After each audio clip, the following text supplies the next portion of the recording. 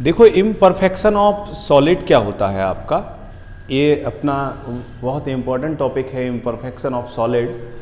और imperfection of solid को समझना इसलिए ज़रूरी है क्योंकि अगर किसी भी सॉलिड सब्सटेंस में कोई डिफेक्ट होता है तो वो डिफेक्ट हमें कैसे समझ में आता है। तो सबसे पहले चीज़ क्या है कि डिफेक्ट होता क्या है या इम्परफेक्शन होता क्या है। इम्परफेक्शन का मतलब क्या है, जैसे अगर किसी चीज़ को हम आइडियल समझते हैं या कोई चीज़ आइडियल होती है तो उससे कुछ डिफरेंट होना इम्परफेक्शन है आपका। जैसे एक एग्जांपल ले लेते हैं, मान लो हम क्रिकेट खेल रहे हैं, बैट बॉल है हमारे पास, ठीक है। तो बैट बॉल की अगर हम बात करें तो अगर कोई सॉलिड है, परफेक्ट सॉलिड है, आइडियल सॉलिड है, वैसे अगर कहा जाए तो आइडियल इस दुनिया में कुछ होता नहीं है, बस एक आइडियल कंपैरिजन के लिए हम मान लेते हैं कि ताकि उसका हम कंपैरिजन कर सके कि उससे डेविएशन कितना होता है आपका।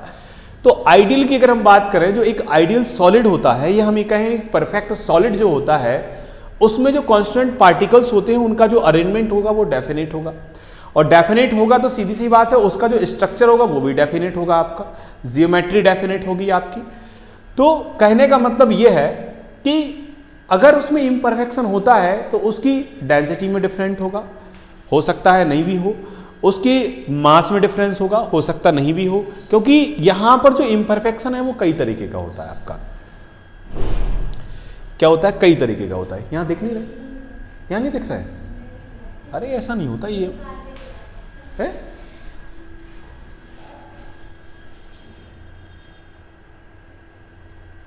मैंने इसीलिए उस साइड किया कि मैं दिखता रहूं। अब सही है ना?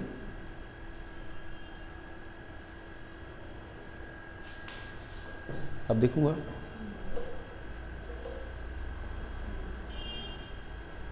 अब सही है ना? ठीक है।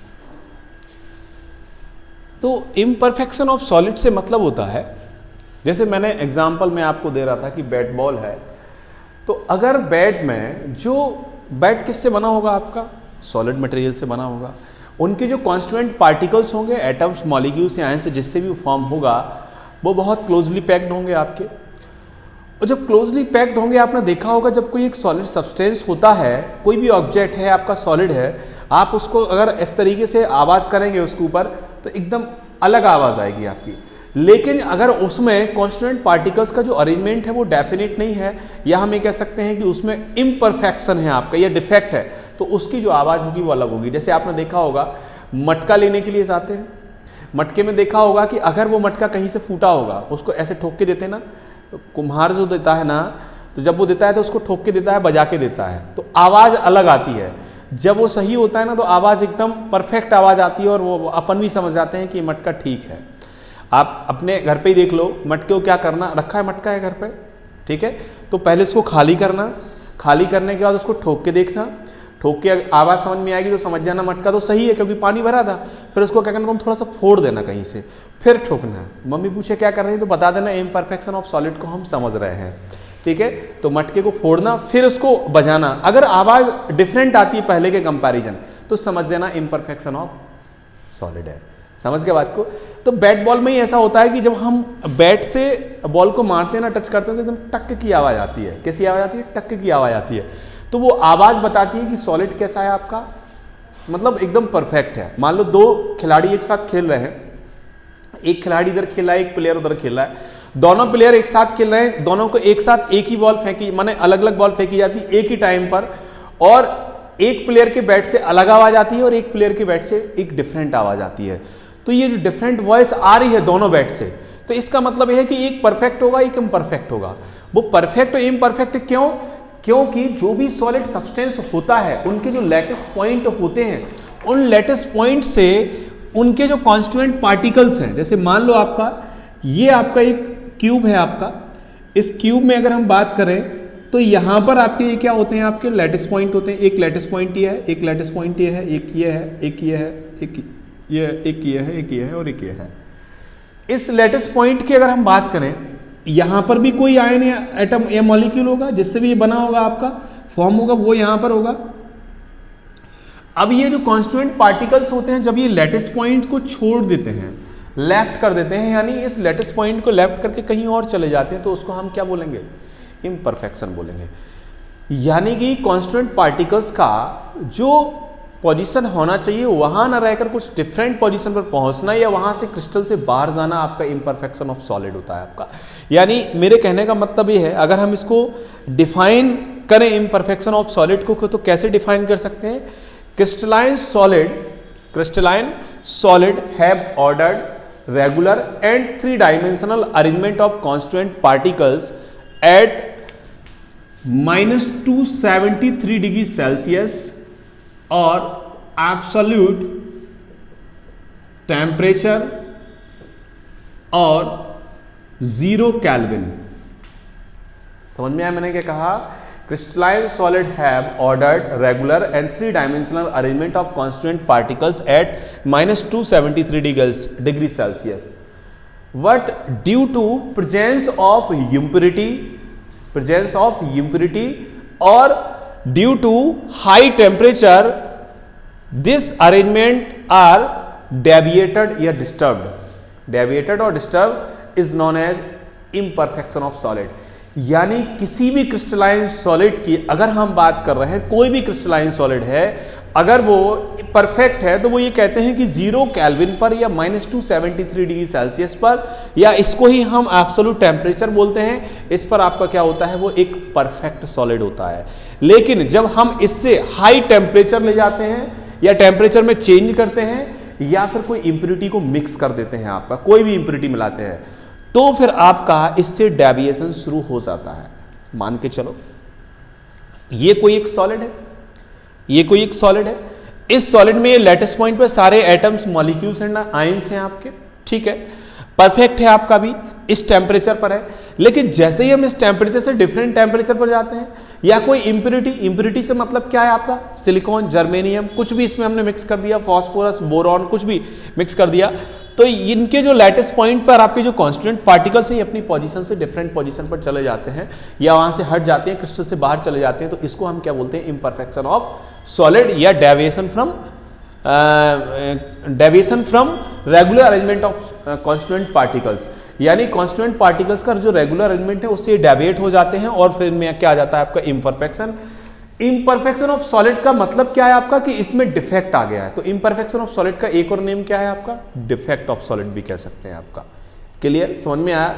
तो कोई भी आपका क्रिस्टलाइन सॉलिड है, crystalline solid have regular ordered and 3 dimensional arrangement at -273 degree Celsius और absolute temperature, but due to presence of impurity और due to high temperature deviated from regular arrangement, this deviation is known as imperfection of solid और defect of solid. ये जो defect of solid है, एक चीज याद रखना, कॉपी में जो आपका टेम्परेचर लिखा होगा -273.15 डिग्री सेल्सियस लिखा हो, वो इतना ही होता है, तो अपन लिखते इतना है तो वो चलेगा, उससे कोई दिक्कत नहीं है। इम्परफेक्शन ऑफ सॉलिड होते हैं, ये कितने टाइप से होते हैं?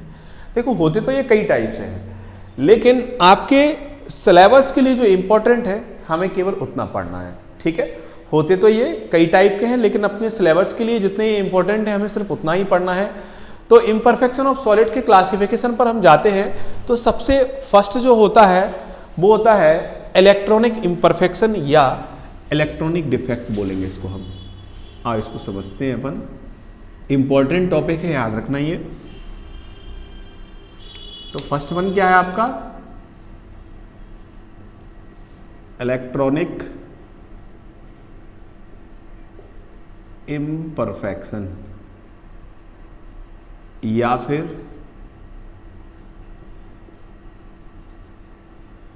Electronic defect. Clear? Electronic imperfection या फिर इलेक्ट्रॉनिक डिफेक्ट, ये क्या होता है? देखो, इलेक्ट्रॉनिक इम्परफेक्शन या इलेक्ट्रॉनिक डिफेक्ट से मतलब होता है आपका, ये डिफेक्ट कब आता है? इलेक्ट्रॉनिक का मतलब क्या है कि यहां पर इलेक्ट्रॉन पार्टिसिपेट कर रहे हैं, अगर आपको याद हो, हम लोगों ने 11th क्लास में बोर मॉडल पढ़ा था, रदरफोर्ड मॉडल पढ़ा था। बोर मॉडल पढ़ने के बाद हाइड्रोजन स्पेक्ट्रम पढ़ा था, हाइड्रोजन स्पेक्ट्रम में, और उसके बाद इलेक्ट्रोमैग्नेटिक स्पेक्ट्रम पढ़ा था। हमने वहां पर स्टडी किया था कि किसी भी सब्सटेंस या कंपाउंड को जब हम इलेक्ट्रोमैग्नेटिक रेडिएशन के एरिया में रखते हैं, देन वो क्या करता है, एनर्जी को एब्जॉर्ब करता है, हायर एनर्जी लेवल्स में जाता है। यानी कि हम किसी भी मॉलिक्यूल, एटम या आयन को जब हाई एनर्जी लेवल्स में रखते हैं तो वो क्या करता है, जंप करता है हाई एनर्जी लेवल्स में, जब उसको हम इलेक्ट्रोमैग्नेटिक रेडिएशन के एरिया में रखते हैं। अभी मैंने ये बोला था कि हायर एनर्जी लेवल में रखते हैं, ठीक है, नहीं, हायर एनर्जी कह सकते हैं, हायर एनर्जी में रखते हैं या इलेक्ट्रोमैग्नेटिक रेडिएशन के एरिया में रखते हैं। तो इलेक्ट्रॉन्स क्या होते हैं, जंप करके हायर एनर्जी लेवल्स में चले जाते हैं, और फिर जब चले जाते हैं तो इसी को हम क्या बोलते हैं, आपका इलेक्ट्रॉनिक इम्परफेक्शन बोलते हैं। अगर हम इसको इस तरीके से डिफाइन कर सकते हैं आपका कि this defect is produced due to electronic excitation और electronic transition in higher energy levels. यानी कि कोई भी एटम या मॉलिक्यूल है, मान के चलो वो ये है आपका, यहाँ पर ये आपका एक जीरो एनर्जी लेवल है आपका, इसके बाद हायर एनर्जी लेवल्स यहाँ पर होंगे 1 2 3 4 5 6 आगे और भी होंगे। यहां पर कोई इलेक्ट्रॉन है आपका, वो इलेक्ट्रॉन किसका है, या तो सिलिकॉन का होगा, या जर्मेनियम का होगा, या सोडियम का होगा, या किसी का भी होगा, किसी भी एटम का होगा।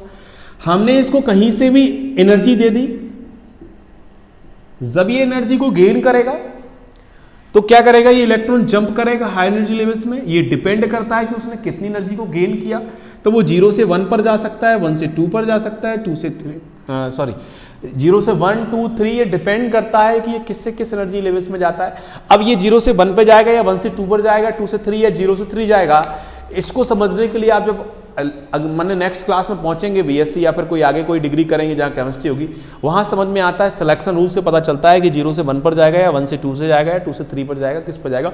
पर आप ये समझिए कि हायर एनर्जी लेवल्स हैं, तो जैसे ही इसको एनर्जी मिलती है तो एनर्जी को एब्जॉर्ब करके जो इलेक्ट्रॉन है वो हायर एनर्जी लेवल्स में जाता है, तो इसको हम क्या बोलते हैं, इलेक्ट्रॉनिक इम्परफेक्शन बोलते हैं, या इलेक्ट्रॉनिक डिफेक्ट बोलते हैं आपका। और इलेक्ट्रॉनिक इम्परफेक्शन, इलेक्ट्रॉनिक डिफेक्ट की अगर एग्जांपल की हम बात करते हैं यहाँ पर, तो मेनली इस पे किस में होता है आपका, इसका एग्जांपल की हम बात करें तो सिलिकॉन है, क्या है आपका, सिलिकॉन है, जर्मेनियम है, और भी एग्जांपल है। अब आपने क्या देखा यहां पर, किसका ट्रांसफर हुआ, इलेक्ट्रॉन का ट्रांसफर हुआ, इलेक्ट्रॉन ने जंप किया, कहां जंप किया, लोअर एनर्जी लेवल से हायर एनर्जी लेवल्स में। तो इलेक्ट्रॉन ट्रांसफर हो रहा है इधर से उधर, और जब इलेक्ट्रॉन इधर से उधर ट्रांसफर होता है तो उसको क्या बोलते हैं हम, नहीं, इम्परफेक्शन तो सॉलिड में आया है इलेक्ट्रॉन एक्साइटेशन होने से। जब कभी भी इलेक्ट्रॉन इधर से उधर ट्रांसफर होता है तो उसको हम क्या बोलते हैं, कंडक्टिविटी। क्यों, क्योंकि जो कंडक्टिविटी होती है वो क्या होती है, इलेक्ट्रॉन का ट्रांसमिशन जो है आपका, इलेक्ट्रिसिटी जो फ्लो हो रही है वो किसके द्वारा हो रही है आपकी, इलेक्ट्रॉन्स के द्वारा। तो इलेक्ट्रिसिटी का क्या हो जाता है, यानी एक तरीके से जब इलेक्ट्रॉनिक इम्परफेक्शन होता है या डिफेक्ट होता है तो उसके अंदर कंडक्टिविटी आ जाती है, यानी इलेक्ट्रिसिटी का क्या होने लगता है, ट्रांसमिशन होने लगता है। यानी कि ये इम्परफेक्शन आने के बाद वो क्या हो जाते हैं, कंडक्टर हो जाते हैं एक तरीके से। समझ में आया। तो ये क्या था आपका इलेक्ट्रॉनिक इम्परफेक्शन है आपका। सेकेंड जो इसका क्लासिफिकेशन है वो है आपका पॉइंट डिफेक्ट या पॉइंट इम्परफेक्शन बोल सकते हैं, या एटॉमिक इम्परफेक्शन भी बोल सकते हैं आपका। क्या, हाँ, सेमीकंडक्टर। अभी हम इसको पढ़ेंगे आगे चल के, जब N type P type semiconductor आएंगे तो वहां इसके एग्जाम्पल बड़े अच्छे से रहते हैं। नेक्स्ट है आपका क्या, एटॉमिक इम्परफेक्शन, ठीक है, या इसको एक और नाम है पॉइंट डिफेक्ट। एक नेम और लिखा होगा इसका, एटॉमिक इम्परफेक्शन, पॉइंट डिफेक्ट, या फिर इसका एक और नेम क्या है, लैटिस डिफेक्ट भी बोलते हैं आपका, ठीक है।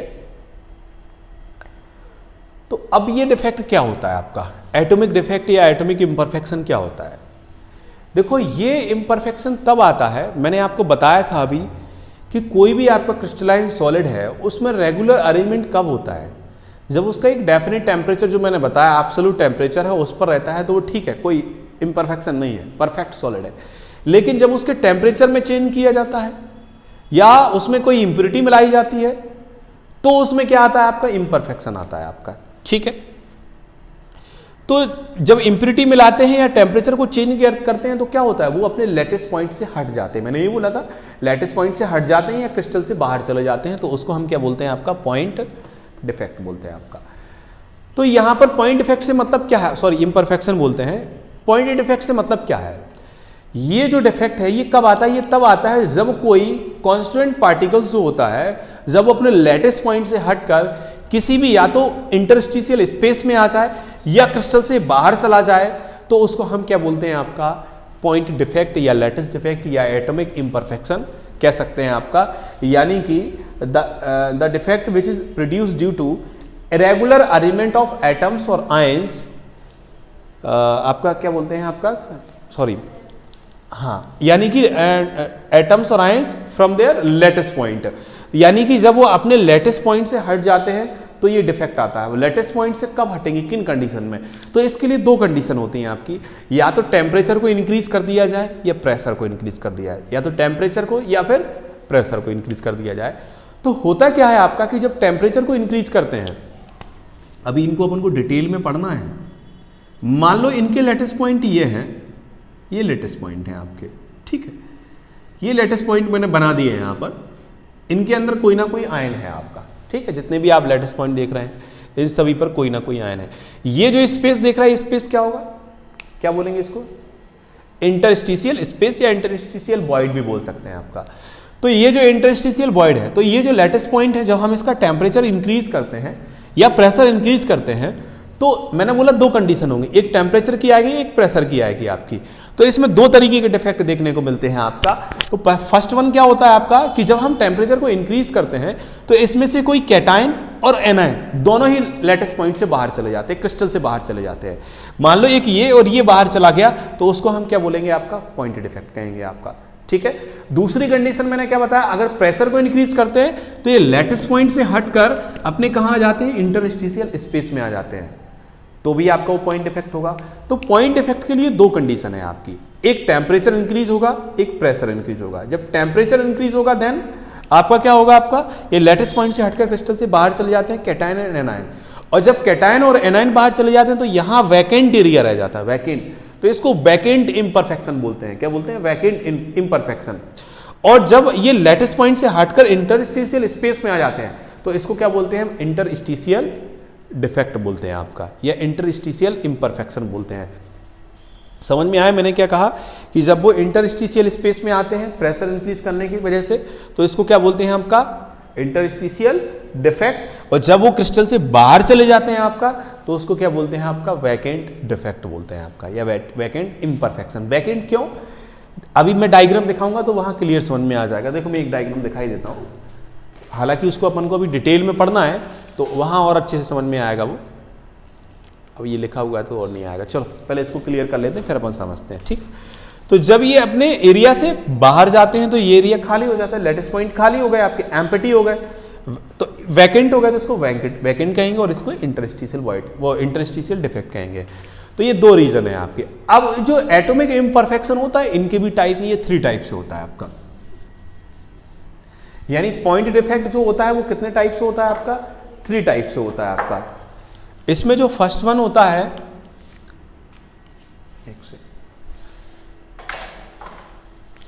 इसमें जो फर्स्ट होता है वो क्या होता है आपका?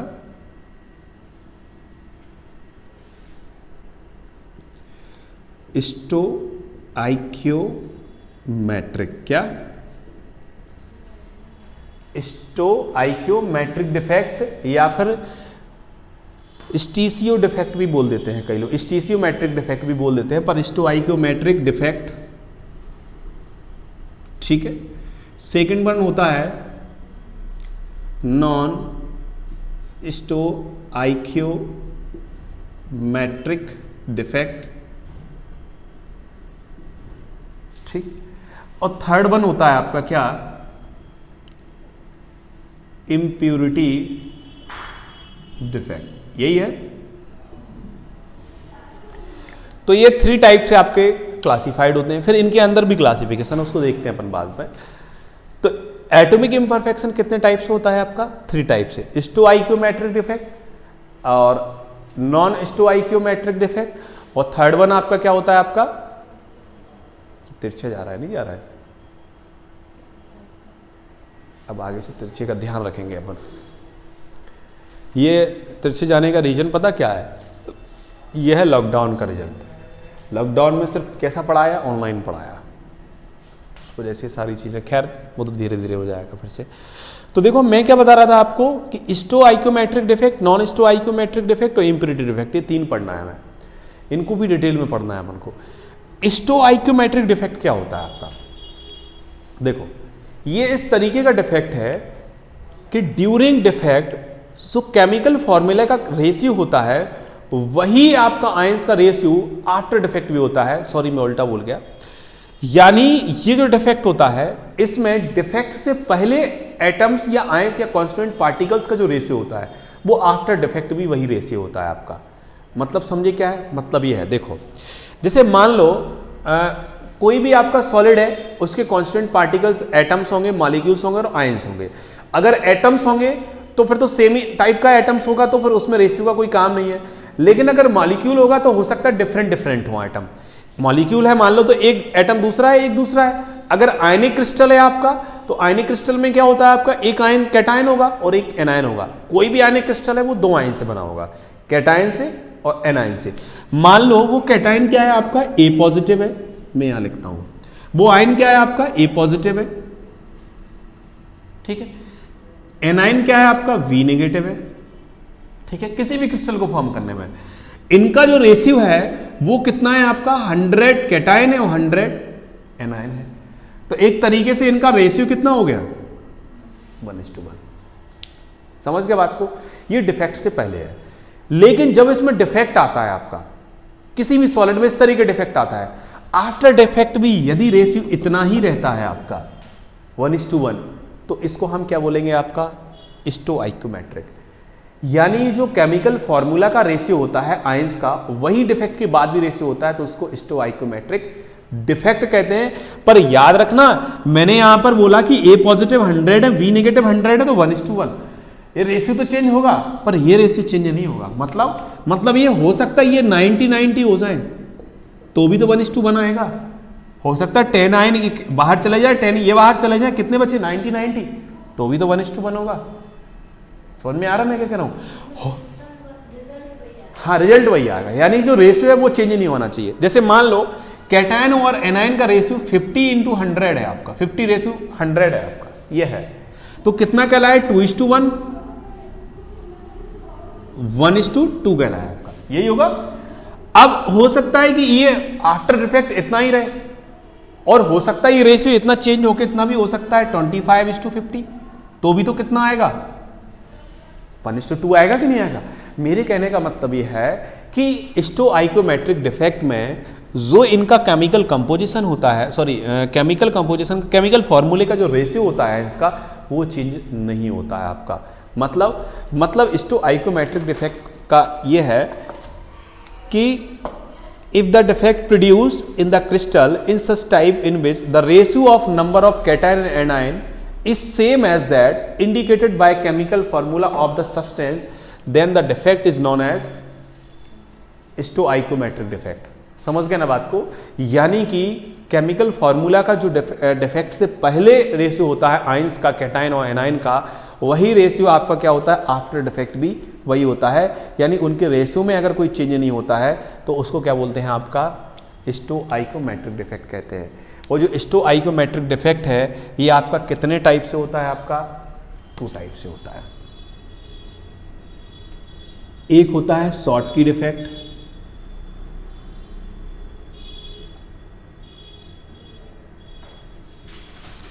एक होता है फ्रैंकल डिफेक्ट।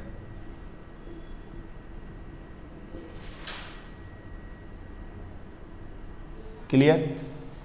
समझ गए बात को? तो शॉर्ट की सही लिखा ना मैंने, शॉर्ट की डिफेक्ट होता है और एक होता है आपका क्या, फ्रैंकल डिफेक्ट। शॉर्ट की और फ्रैंकल डिफेक्ट ये साइंटिस्ट के नेम पर, इनको हम नेक्स्ट टॉपिक में डिटेल में पढ़ेंगे। नेक्स्ट आता ये जो बताया ना मैंने, वो इन्हीं में आता है आपका, है ना। नॉन स्टोआइकोमेट्रिक डिफेक्ट क्या होता है आपका, नॉन स्टोआइकोमेट्रिक डिफेक्ट का मतलब ये होता है आपका बिल्कुल जस्ट इसका उल्टा, रेशियो में अगर चेंज हो जाए तो नॉन स्टोआइकोमेट्रिक डिफेक्ट। यानी कि डिफेक्ट से पहले केमिकल फॉर्मूले में कैटायन और एनायन का जो रेशियो है या मेटल आयन का जो रेशियो है वो चेंज हो जाए आपका, तो उससे डिफरेंट आए, तो उसको हम क्या बोलेंगे आपका, नॉन स्टोआइकोमेट्रिक डिफेक्ट कहेंगे। मतलब ये है, if the defect produced in the crystal in such type in which ratio of number of cation and anion is different from the ratio as indicated by the chemical formula of substance, then the defect is called as non-stoichiometric defect।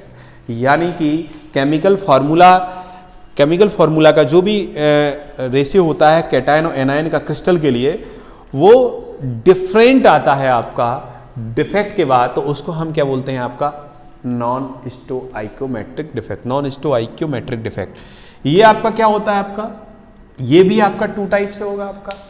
एक तो होता है आपका क्या, metal axis, यही है कुछ और है, यही है।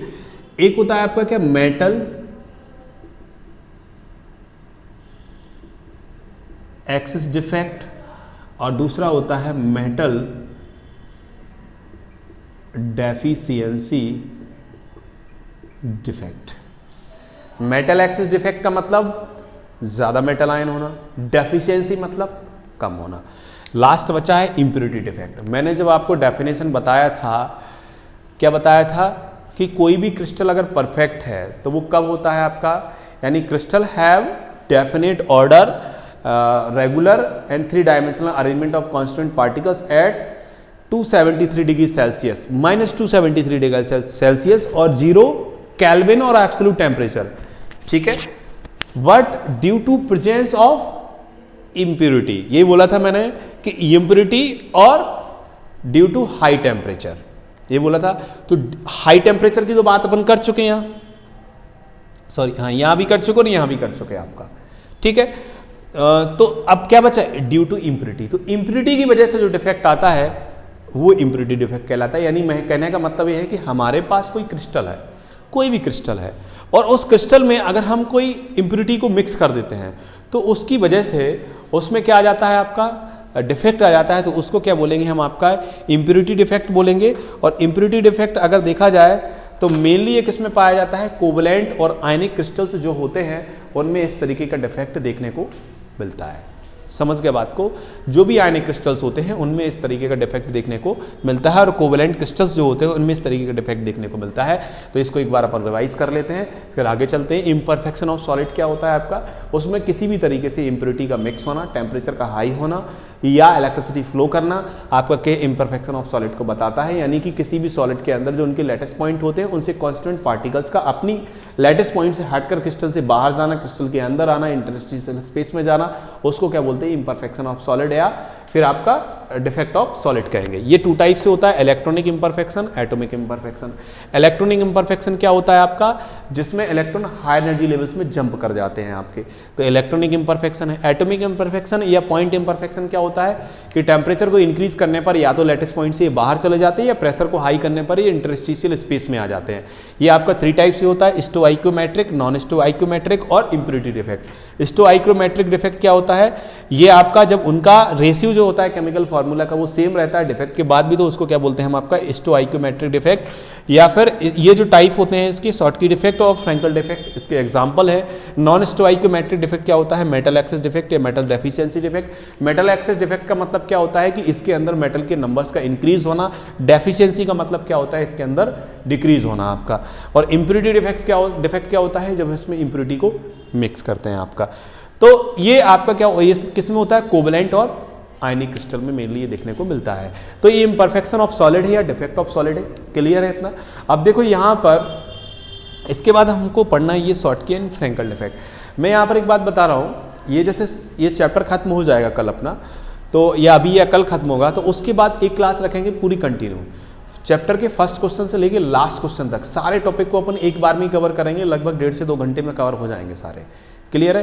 तो उससे चैप्टर रिवाइज भी हो जाएगा। अगर किसी को और आना है तो बोल देना, अगर आना हो तो आ जाएगा, ठीक है।